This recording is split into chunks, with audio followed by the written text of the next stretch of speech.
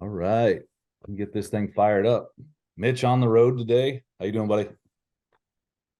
Hey, we're sitting good, heading to the office. Not out on the road too terrible much here today. We might be able to get a little work done here today, Chad. I'm actually kind of caught up on some stuff. I'm feeling good. It's gonna be a big day. It is. I love it. I love it. Hey, we got some folks trickling in here. Thanks for joining this morning on the CI Chit Chat. This should be fun. This is I guess the second edition of this. Really, it's the culmination of a lot of the things that we've been seeing in the marketplace. But I think the interesting thing right now is, how do we maybe kind of take a quick high level review of what kind of has happened, and then we'll dig into the nuts and bolts of it. Does that sound good to you, Mitch? Yeah, that sounds good. Yeah, let's start with Chad. Why don't you just tee things up? Just super high level. What is CI? What is carbon intensity for anybody that's new? Or anybody that wants a simple reminder. Yeah, absolutely. So I like to make it very simple. I'm a simple-minded guy, right? I don't need anything that's too complex. But if you really look at the bare bones of carbon intensity, it's the amount of energy that goes into every bushel of grain that's produced, right? So fairly simply put, there's a lot that goes into that. But if you think every pass across the field, that's the amount of energy that's going into carbon intensity and that CI score. And speaking of CI scores, Mitch, we just launched the Billion Bushel Challenge. Kind of fun.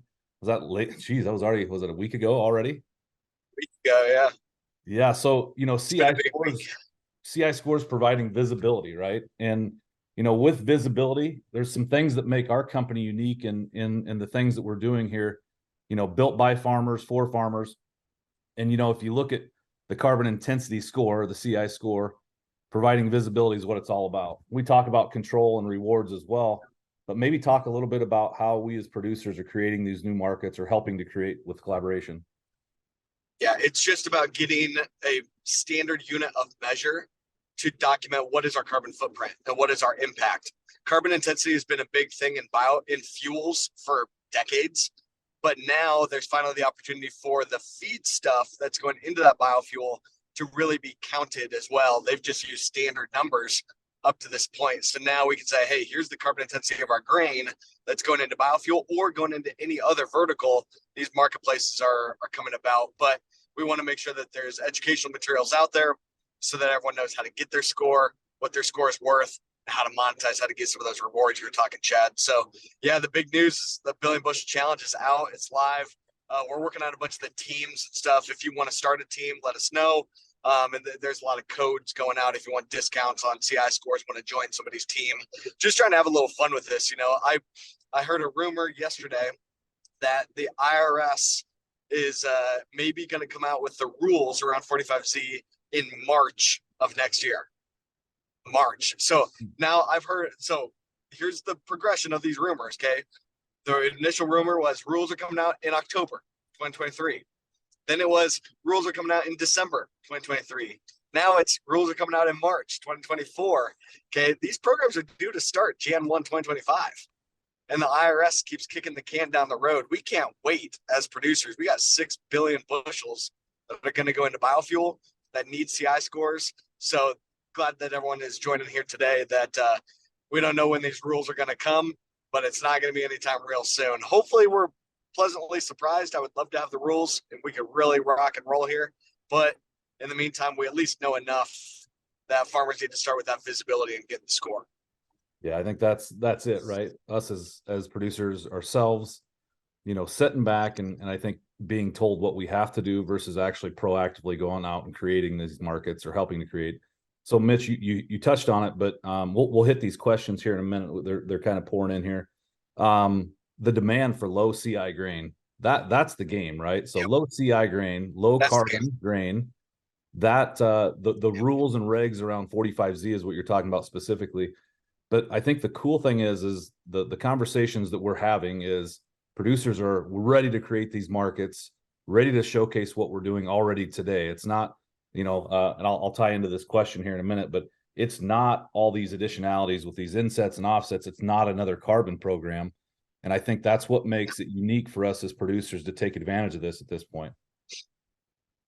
And just putting a number on your production. That's why I like it so much. Been in this space for a long time, but my family farm, we've been doing these practices we can't necessarily trigger additionality, but when we're looking at putting a carbon intensity number on our grain, we don't have to abide by additionality. It doesn't matter with the change of practice. It just matters what went into that bushel. What's the energy, to your point, Chad, what's the energy or what's the footprint of that bushel? And what I like about this is, hey, there's a tax credit driven business model that can make this incredibly viable.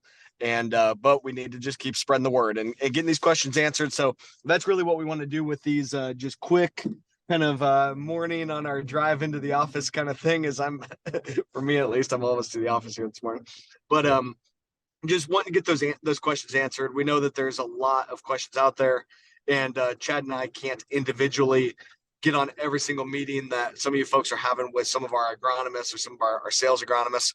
So we want to have these weekly meetings. They'll all be recorded, they'll all be public, but we want to make sure that you get your questions answered because we know that there's a lot of learning that needs to be done.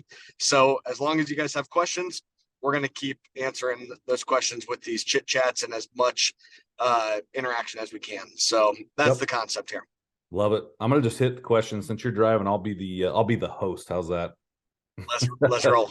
Maybe we rock back and forth. One of the cool questions that came across was, how do I get my CI score? I think we talked about that high level, but we do have a dealer network, series of consultants, anything from a crop insurance agent to seed and chem dealers that are out there actually promoting and using CI scoring tools within our topsoil, topsoil.ag. So we can talk about that a little bit more, but we can actually dig into the heavy, boy, our questions are blowing up here. So Columbia City, Indiana. So let's talk about low CI grain. I have a Poet and Valero ethanol plant right close in my area. Has anybody currently in that area shown any interest in purchasing low CI grain? I love it. I love it. So I don't know specifically on the Indiana side of things, but both Poet and Valero have initial pilot projects going on in northern Iowa. So we have some of our customers up in that neck of the woods that have had some conversations there. Poet has carbon intensity projects going on with FBN. One of our customers hit me up yesterday with a question on what's the difference between FBN's program and Continuum Ag's program. And right now, those programs are mostly playing into European low carbon markets, and the dollars that you could get in a premium are significantly lower because it's not 45Z yet. It's not the big US tax credit. It's for the European markets. Okay. So on your 2023 crop, you can participate in these programs with Poet, Valero. It might give you a couple pennies. I think for the most part, they're around 4 to 6 cents a bushel. Nothing crazy, but hey, if you've kind of got the data already, from what I've seen from their program, it's not that tough to put the data together. Might as well, take a couple cents if you want to. Just know that on your 2024 crop, the dollars could be significantly different because the 45Z federal credits will be kicking in, but those credits are not in play here today. But Valero, ADM, Poet, those guys are using those European markets here today. So in Indiana, I don't know if your plant has those programs. I'd call your grain buyer, see if there's anything going on for carbon intensity on your 2024 grain or 2023 grain, and then see what they're doing for 2024 and tell them, hey, you got these Continuum Ag guys that are helping you get your carbon intensity score. You know what that 2024 score is worth. You've got a pathway to getting it certified, and you've got that data that you'll be ready. So make sure that you keep in touch with them as they roll out those programs. Make sure that you're first in line, that you've got verified carbon intensity scores, and we're going to show you what it's worth and make sure that you know how to get a good deal. And it's about collaboration. The better the lower the CI that you can bring to the table, the more optimized your CI score, the more it helps them too. Hey, this is an awesome way to collaborate. Yeah, that's right, Mitch. And maybe a follow-up, and I'll answer this one here too. And I think we've kind of touched on it, but speaking of the value of 45Z, that is a 3-year program. So that was a follow-up to that same question. It starts in 25, goes 26 and 27. And I think if you look at that too, again, the billion bushel challenge, for those that have seen that, the main goal of just a CI score is to talk about visibility, right? And so the other things that will come with that, and there's some questions here that talk about how do I get paid and some of those kind of things, we'll jump into that. But I think number one, the first opportunity is to showcase what we're doing today, right? And know the value in what we have in the field or in the bins by doing a lot of the things that we need to do. And so again, when you look at the programs that we're talking about today, 45Z, you talk about where do those come from, right? Well, the Department of Energy and the GREET model have assigned a specific value. And so this is going to tie into our next question I'll ask here, as Mitch, you're jumping into the office here. The 45Z number is really calculated by the Department of Energy with the GREET model. That's what we're calculating, that 29.1 average. We as producers are given a standard score. That 29.1 is what's given to every unit of grain that comes into an ethanol plant today. That is specifically something that we can change, right? By showcasing our CI score. So Mitch, maybe high level, and again, this question's coming in from actually out in Grand Island, Nebraska. They're talking about, will my ethanol plant take low CI grain? I think it's a tie into what we just talked about, but how do I lower my CI score? Yeah. So that standard number, so we talked, Chad, a lot about 29.1 just to have simplicity and consistency, but actually every single county has its own default score. The national average is in that 29.1, 29.2 kind of number. So we like to simplify it. But in order to show that, hey, don't use the default score for me. I actually know my own score. Here's the data behind it. I've got it all cleaned up in this topsoil tool. Then instead of plugging in the 29 type of default number for your grain, they can use your actual.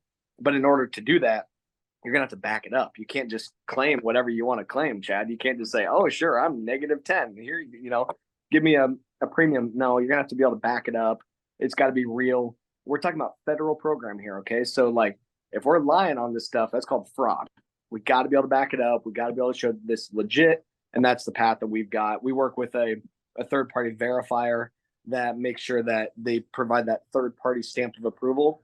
So it's not even continuum that's saying, hey, this is legit. Chad, you got an awesome score. Here you go. No, we help you work with a third-party verifier, and they put the stamp of approval on it. And that carries that independent stamp of approval, to be able to show that your grain actually does have that low CI. You're better than that default number. And it looks like now there's that path forward to being able to use that. That's really what the 45 amendment did. Okay, so it gave a pathway. So instead of having to use just the default numbers like these guys have done for forever, now they can actually showcase the actual farmer numbers. Again, we don't have the exact details, but that's essentially the pathway that's setting up here. Yeah, Mitch, and I'll kind of tie onto that, but it's a secondary question that's coming in off of that. And we will get to your questions too, so keep popping them in the chat. Diana's helping us on the backside kind of facilitate these. So she's a rock star too. Another fellow Iowegian. Her husband farms over in eastern Iowa. So shout out to the riches over on the other side of Iowa. That's Spring right. Grove, Minnesota. So it ties in, right? Like VT passes. How does that compare to no-till, compared to whatever? Well, here's the cool thing is we have on our topsoil.ag, we have a calculator that'll actually showcase some of the different variable practices. To that level of detail, the GREET model is not quite refined to showcase all of those details. And if it is, yeah, go ahead. Well, it's in the GREET model, there's 3 choices for tillage. And to your point, Chad, it's not refined. You don't plug in, I'm vertical till. You don't plug in, I use a soil warrior. It doesn't ask that. It asks, are you conventional tillage, reduced tillage, or no till? So at this point, we're saying, okay, that vertical till pass or that strip till pass, because that is like its own separate pass across the field, that goes into the reduced till bucket. If you're like on my farm, though, we use our vertical till machine as our cover crop seeder. It's not its own individual pass. It's the cover crop application. Instead of using a drill, we rigged up an air delivery Montag system on our vertical till. So that's my cover crop application pass, not its own individual pass. So until there's better clarity on exactly what bucket those should go into, we typically use that reduced till, trying to be as conservative as we can on these numbers. But what it looks like it'll boil down to is that conventional till, reduced till, or no till will be determined based on the amount of residue that's left on the surface. If you incorporate all the residue and leave very little cover, you're conventional. If you leave a good amount of the residue, I think before I've seen like if you leave 50 to 70% of the residue, you're in a reduced till. If you're 70% of the residue or more, then you might be able to qualify for that no till. I don't quote me on those exact percentages, but I've seen those definitions before. Again, that's where I'm waiting on a little bit more clarity to know exactly what that is. In the meantime, we just be conservative. The delta between those three options isn't that terrible much. Right. So that ties into a couple things here, and it's a question here coming in from Drew. So, we kind of started to dig into the different things that we can do on the CI calculator. Those are things that you can estimate. If I did this, what happens to my CI score? If I did this or didn't do this, what happens, right? You can basically, with toggles and switches, you can do on the topsoil ag. Yep. Yeah, go on. Well, you can play with those toggles and recalculate your score. Once you getting your own score, we do like charge for, so you got a little bit of skin in the game. Or like we said before, if you're on the billion bushel challenge, you can get a discount. There's all kinds of things there. But on topsoil, you can play with what would happen if I added a cover crop? What would happen if I changed tillage? What would happen if I changed fertilizer? That's all on there, Chad. And folks can play with that as much as they want. So the question from Drew is, so what we just talked about, again, kind of the tie into this, right? Like, if we don't know all the details, is there a deterrent? Is there a reason we shouldn't get our CI score today? Should we wait? For example, is there anything that would detract from the grain value, right? For timing. So I think I'll maybe take this just high level, Mitch, and if you want to dig into the weeds. You bet. Essentially, there's never been a better time to showcase what we're doing today as producers. Knowing, like Mitch just said, I think now they've moved it back to March, some of the details around tillage, some of the specific details, how there might be minor adjustments. I think the day we launched the Billion Bushel Challenge, they came out with a few changes. Well, on some of the things it moved, Justin was saying like a half a point or 3/4 of a point down on one, and then some of it moved up. It's not going to be these massive swings. Oops, let me get a few other folks in here. But ultimately, what it is we're going to have that baseline to be able to know at least where we're at today based off of what the federal GREET model is saying. There will be adjustments along the way, though. Thanks for the question, Drew. Yeah, that the GREET model is going to change. It looks like at least probably once a year. And how we built it out in topsoil is that with the front end interface that you as a producer, as an agronomist interact with, that'll be the same. And we can just plug in the updated GREET model in the back end. We're using the actual GREET model. It's not the Continuum Ag special CI thing. No, we're using the actual GREET model. Anytime that's updated, we can just run those updated scores. No big deal. You'll always be fully up to date with the latest number. And I like simple, Mitch, right? Simple. It's like an iPhone, right? You just put a new SIM card in and it updates that data. So there's no additional cost. If you buy the CI score today and it gets updated like it did the other day, we would put in that new adjustment or that calculation. Your score would automatically be updated in your topsoil account. So we would send out a notification for that as well. Kind of know what your numbers are. It's just like it's just having that number so you know how to make the right decisions, how to position yourself for 2024. Make sure that you know what your number is, know the visibility, right, Chad? Know the visibility, know how to tap into those rewards, and start asking around. The only way you're going to get paid is if you have your real number, and you got to have the data to back it up. That's what it's going to take. So, all right, here's one coming in from Louisville, Kentucky. Hopefully this is kind of fun, right? We'll just rapid fire to get all these questions, but we've got another 10 or 15 in the chat or that were sent in, and a few more in chat. So Louisville, Kentucky, repping tonight or this morning. 45Z, these tax credits, can farmers stack? Can we do? I think in this case they're saying, looks like they're doing indigo today. Can we do like an inset offset indigo program with 45Z? Do we know that today? Maybe. So Indigo specifically has their new like Farm Flex or Field Flex program where you can opt on an annual basis to do the offset program or do a CI program. So for example, your CI opportunity for soybeans might not be as good. So you can do Indigo's offset program on the soybean year and then do a CI program on the corn year. There might be opportunity like that. Can you be on the same acre in both programs? We don't have clarity on that. But if I was the one making the decision, I would say, that's double counting. It's the same cover crop practice, it's the same tillage practice, it's the same fertilizer package. To me, it's double counting, but I didn't write the rules, so we'll see what happens. But Indigo specifically, though, you have that flex program, your other carbon offset programs. If you're in a contract, don't be hasty today, but contact us. Would love to help you to walk through that. We know what the rules are going to be, but I would just make sure contract that you sign, know what the rules are for getting out of that contract, know if there's a payback that you have to do, know what the penalties are going to be.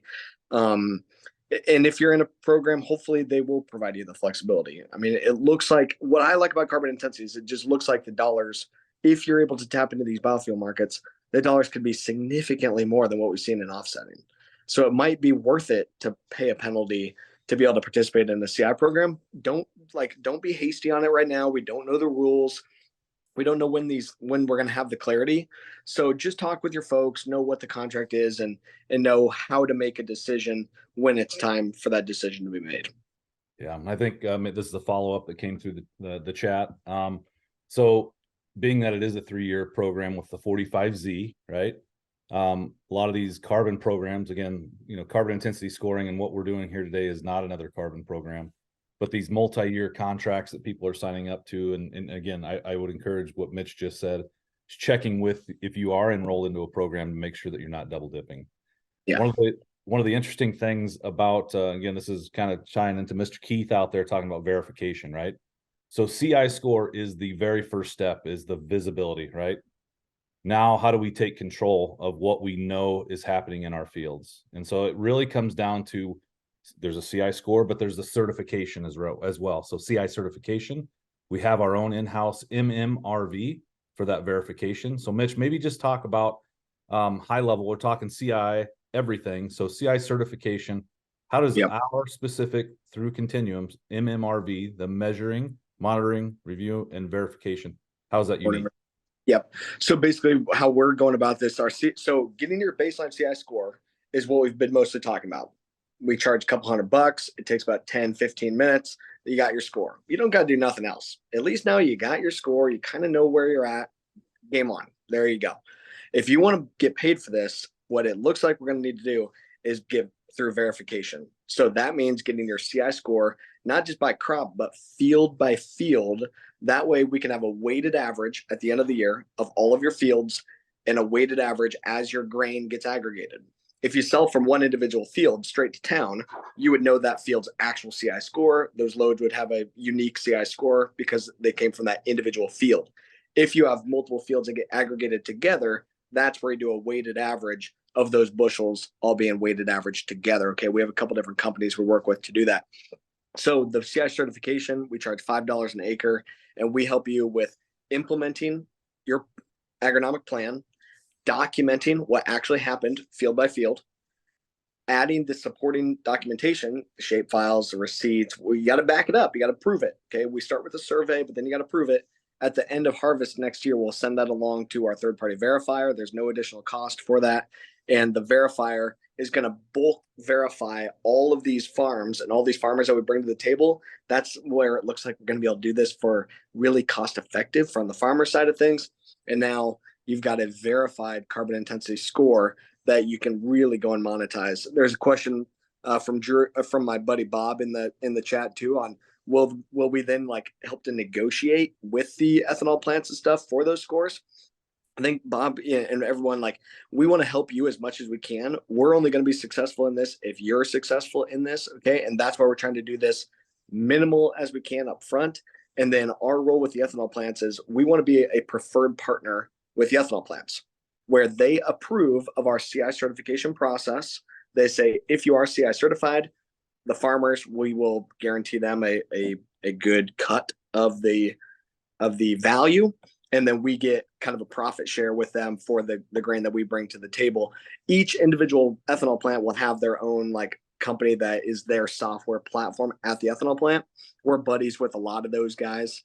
There's a variety of companies like Verity and Bushel, Arva, and Indigo. Like, we would then just share your data to whoever is the platform at the ethanol plant. We don't work for the ethanol plant. We work for the farmer, but we collaborate with the ethanol plant to grow the pie together. Yeah, good. Well said, Mitch. And I think this is the best part about this, because we can go down as deep as you want, but I want to come back up to the top where we started. Because again, I think there's people on the call that are all levels of understanding. And this is probably I would think one of the most interesting thing is this guy, Mr. Garrett. I know you. Good to see you from Nebraska. This is cool coming in the chat as a question of how do I get started, right? So nobody's talking about it. Why are number one, why are they not talking about it, right? And then number two is like, how do we get a conversation started with a producer? I think the really cool thing is the simple thing, right? If we know that somebody's telling us we have to do something, or they're giving us a score that we don't deserve, we need to share that information, right? We need to collaborate as producers. The billion bushel challenge is a perfect opportunity, right? So Garrett, as you're talking to folks, I think more than anything is if you know folks that are using newer, they're out, they're doing cover crops, they're fully optimized with their nutrients, they're a no-till person today, they are not at a 29.1, right? So a simple thing would be like, do you know your CI score on that ground?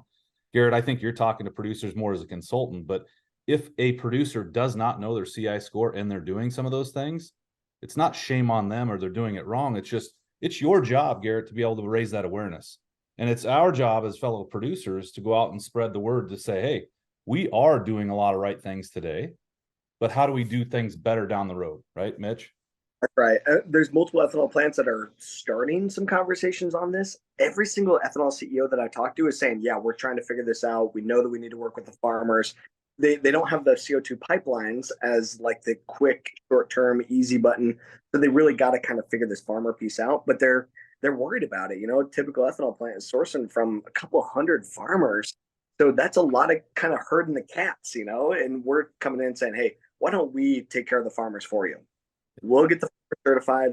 We will help them to get this data brought in, but you're going to have to pay them. You're going to have to compensate them equitably for what they bring to the table. And there, a lot of these ethanol plants are saying, okay, yeah, that sounds okay, but we don't know the rules yet, so we really can't do anything. So I think that's why there's lack of chatter about it. We don't have the rules. That's why we're saying billion bushel challenge. Let's get the conversation going on our own. Farmers can get their scores. We can showcase, hey, we're ready to rock and roll, and we're better than what the Department of Energy says we are in position. Here's an interesting one coming in from Blytheville, Arkansas, I believe. Blytheville, like I said it right. The cool thing is with pipelines, they don't have access to pipelines, but it's probably a tie into something we just talked about. So went back to the top. Now we're kind of getting in the weeds again.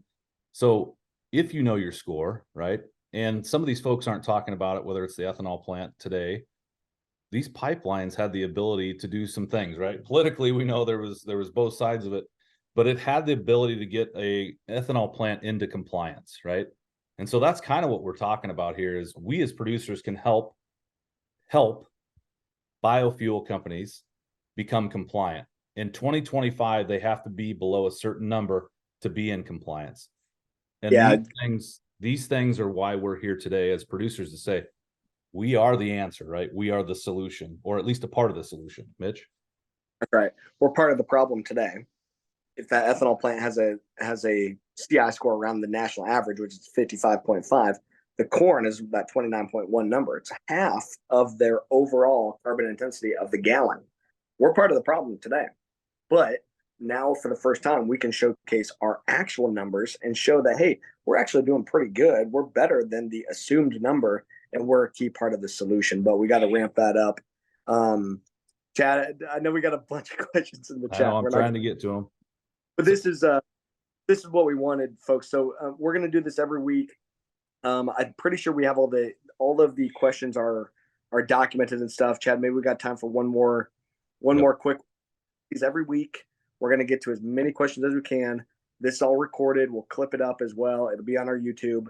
So if you can't, if we get a question next week and you can't make it, just know they'll be recorded and you can see them. Yep. So maybe this is a layup for you, but do we have to do this every year? And if so, can we back into a calculation, or do we have to have this number verified every season? And then I have a follow-up for that as soon as you answer it.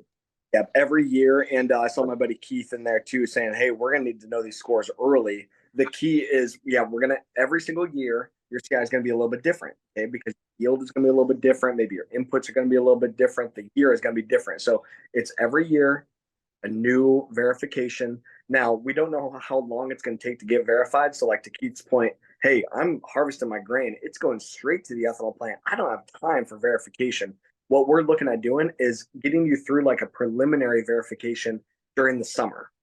Okay, so you've got all your fertilizer on, you've got your spray passes done, we've got everything done except for the yield number. So at that point, we're submitting things to the verifier. Then all we got to do is plug in that one last piece and get that verified. I think that's going to simplify things. And at least now you're going to have really good certainty on that CI score as it's going straight out of the field to the ethanol plant. So it's one of those pieces nobody has it sorted out. I think what I just explained there is the right game plan.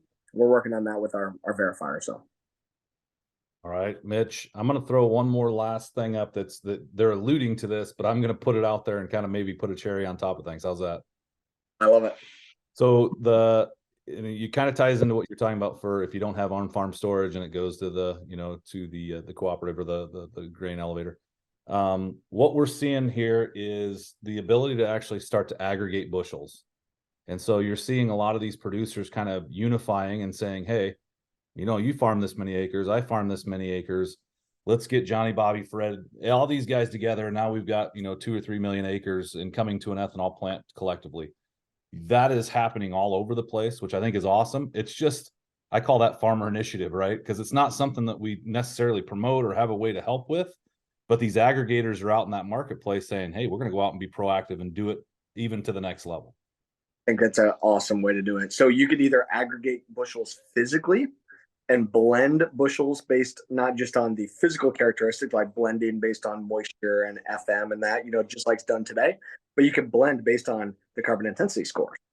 If you have a bunch of bushels that have 4 CI scores or unknown scores, you can blend them with low CI scores. Now the whole weighted average of all those bushels is a little bit lower, and you can maybe earn some premium on every bushel rather than just a section of them.